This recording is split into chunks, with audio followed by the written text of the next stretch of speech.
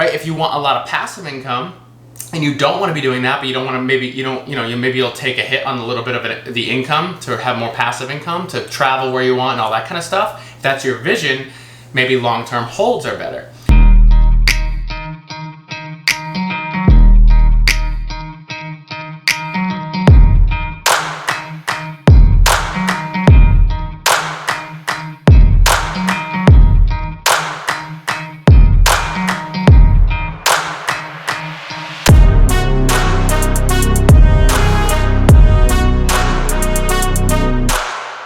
What's going on, everybody? Welcome back to the channel. My name is Ryan Corcoran. I'm an entrepreneur and real estate investor, and I created this channel to help you become financially free through real estate investing like I have at a very young age.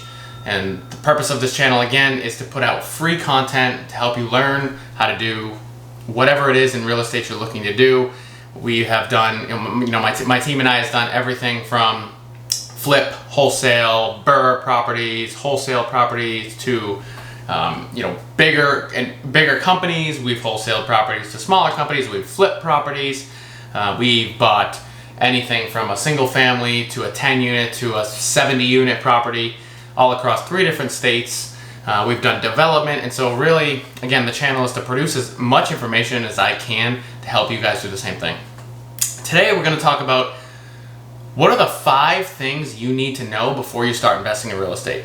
And now, these are like the 5 things that I sort of talk myself into either buying a property or not buying a property, and we're going to go over them. And they're not really in any particular order. However, once we get to 5, I'll sort of explain why 5 is probably the most important. But first of all, number 1, what type of property are you going to buy, right? Is it going to be land? And are you going to develop on it? Is it going to be a multifamily property? Is it going to be a single family property? Are you planning on doing a short-term rental? What type of property is it? Okay, so that's number 1. You've got to identify the property and what best fits in your scenario and what you're looking to do. Number 2, where do you live? And not only where do you live, where are you going to invest, right? So are you going to invest where you live, or are you going to invest long distance? Now, neither are good nor bad. I think there's a lot of people who've succeeded in both. I've personally done both. Personally, I started with properties that were close, within a 10-15 minute drive, then an hour, then 3 hours, and now we're into different states that are hours away, right? We got to come up with location. So first, type of property, and then what location. Third, and this is a very important one, is what's your method going to be? Okay, so you've identified that you want to buy triplexes, or you want to buy duplexes, or 10 unit properties, or 100 unit properties in C-class areas or secondary or tertiary markets, 45 minutes from the city, or maybe it's an A-class area inside of a major city, right? You've identified that, but what's the play? Okay, is it to buy and hold and do in long term and collect rents? Is it to BRRRR and pull back that money and go again? Is it to flip? Is it to lock that property up and then wholesale the contract? What exactly is it? Is it to buy a short-term rental in that area, rent it out for half the year as a short-term rental, and then try to get a long-term? You've got to come up with a strategy. And then that leads me to number 4 is, after you have a strategy, what's your exit strategy? Now, I know a lot of investors who go into these deals without having an exit strategy, and to me, that's a big no-no. And the reason I say that is because you need to prepare with an exit strategy for, well, first of all, if I'm going to buy a long, let's go with a flip. Your exit strategy is likely to sell the property, right? That's what a flip is. However, you need to have 2 exit strategies, minimum 2 exit strategies, right? And so when you're buying a flip, I know we're trying to analyze a property as a flip. What's the ARV going to be, et cetera, et cetera. But maybe it's the second exit strategy for that is, will it rent long term if I can't sell it, or can I rent it short term, right? And so there you go. Now you have 3 exit strategies, right? And if they all work, that is a green light property likely to go forward. The reason I bring this up is because I see a lot of investors, they buy into a property thinking it's going to be a long-term hold, and then the market starts to turn the other way, and now all of a sudden their initial BRRRR plan does not work, right? And so I urge you to come up with I really strongly urge you to come up with a secondary exit strategy. Now, most of the time you won't ever have to utilize that second exit strategy. However, it is very comforting to know that, let's say you raised a bunch of money to do a flip, Well, if that thing can't sell, then you can rent that out and you can continue to pay back those lenders, right, with rental income. And so this is huge. So number one, let's just recap. Number one, what type of property? Number two, where are you going to buy that property? Number three, what is your method? Number four, exit strategies. Number five, by far the most important one, is vision.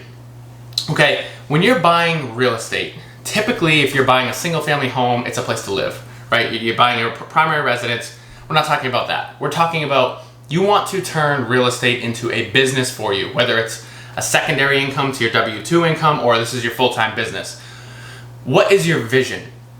And what I mean by that is you can't answer number 1, 2, 3, or 4 until you have your vision, right? So what does your day-to-day look like in your business? Where do you want to live? What do you want to do with your life? Do you want a bunch of active income where you're working a ton and you're flipping properties and you're making a ton of money doing that? You're hiring this massive team and you have this enormous company. If that's your vision, then maybe starting a flipping company that does 100 deals a year is great, right? If you want a lot of passive income and you don't want to be doing that, but you don't want to, maybe you'll take a hit on a little bit of the income to have more passive income, to travel where you want and all that kind of stuff. If that's your vision, maybe long-term holds are better, right? And so creating this, and you know what, everybody should go read Vivid Vision. We'll put the link below. This book is huge. It takes you through basically how to develop your perfect vivid vision of what you want your life to look like. And the point of it is you're not starting with business, you're starting with a vision, which will then take you to the right business avenue, which will allow you to live the life that you envisioned and have the business support that. Okay? So those are the 5 things you absolutely need to know before you start investing in real estate. And so let's just recap it again. Where, type of property, where, what strategy you're going to use, have a couple exit strategies, and number 5, what's the overall vision of your business and what do you want it to look like? I hope this was helpful. If it was, please smash the like button, hit subscribe. I know the channel's new and it's getting off the ground, but it really helps the YouTube algorithm. Spread the video to as many people as possible. It's a free channel. I appreciate the help, and I appreciate everybody watching the videos. Please comment below if you think I can improve these videos somehow. I really appreciate it. And until the next one, we'll see you back on the Ryan Corcoran YouTube channel.